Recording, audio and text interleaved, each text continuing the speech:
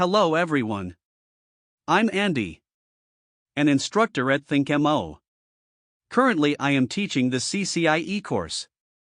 Starting today, I will share some CCNA, CCNP, CCIE related technologies with you. Let's pick up where we left off in the last video. Continue with the corresponding explanation. In the last video we talked about the concept of MAC address drift. In what scenarios does MAC address drift occur? Today we will focus on the following three areas. This section describes MAC address drift. First of all, what is the phenomenon of MAC address drift? I'm sure everyone has seen this before. The second is, how do you know it's having MAC address drift? This involves the problem of MAC address drift detection. The third, how do we avoid MAC address drift? This is our primary concern. Is how do we prevent it? Multiple ports on the switch. The same MAC address was learned procedure. We'll talk about that next. Let's start with the first question. What is the phenomenon of MAC address drift? We can do a demonstration here. First of all, open up our simulator and pull out a few pieces of equipment. As is shown in PC1, the IP address 1.1.1.1 is planned. PC2 is 1.1.1.2. Of course, they're all a mask of 24. And then you realize that for MAC addresses, I have him configured the exact same MAC address. Let's say PC1 is up here. Same MAC address. This is called 76D1. We'll just take the last number. And then PC2 MAC address is the same thing. So at this point in time, let's go to the switch first. And then we'll change the name of it. How do we demonstrate this next? The phenomenon of MAC address drift. I can use my PC1. Ping my PC2 all the time. At the same time let PC2 has been to ping PC1. Then we can see it on the switch. The phenomenon of MAC address drift occurs. Now you have this log. Let's take a look. Such a log is displayed on the switch. So let's look at the important part. The MAC address was moved procedure. This occurs on VLAN ID 1. What's the MAC address? This is not particularly familiar. And this MAC address that we just configured as 2Ps. And then where the first port was learned. G001 port. G001 is my port. After that, how did it drift? The MAC address drifts to the port. Use the port G002. It says please check the network access. Drift port. I want you to check the network. That's what we're talking about. MAC address drift. We solved the first problem. We also see the phenomenon of MAC address drift. We need to think about that. About MAC address drift. How is it in my console? The one that popped up in the log. It doesn't pop up the log for no reason.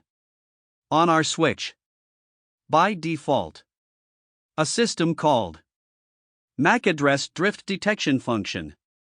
The detection function is enabled by default. I wonder if it can be opened manually. Like it not on or it's turned off. How do you turn this on? We can use the corresponding command. Then enable the MAC address detection function. Run the MAC address flapping detection command.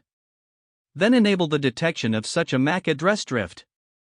Once we turn this on, the MAC address drifts. It will pop up on my console. Similar to the log we just saw. This is the second aspect. Now let's do one more thing. How does the switch know that it using our MAC address. Interface to jump. Of course, with this jump, it's a lot of hopping. What is MAC address interface hopping? Let's take a look at this slide. In this slide, we can actually see something like this now. A picture like this. In this picture, there's a PC down there. A MAC address below the PC. When the PC sends a data, usually it's a broadcast of data. Then this data will be sent to SWA through my SWB. It will also be sent to SWC. First, let's analyze it. About the equipment SWC. This device goes through G101. I learned the MAC address. Is that all right? And then after that, will I send this SWB to SWA?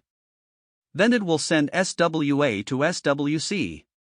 So at this point, which interface is SWC received through? Received through interface G102. This MAC address. To be precise, the data was received. I learned the MAC address. There will be two images of us before and after. That's the image. This is what we call MAC address drift. So the MAC address interface. What about the jump? The exchange opportunities keep getting read. It's a combination of what we did in the last video. That's the case of the loop. It'll come back to me in a second from my G102. We'll see that in a second with G101. Based on this situation, this MAC address occurs in two on different interfaces, and then switch back and forth. We all know that for MAC addresses. Later learned MAC address table. It overwrites the source MAC address table.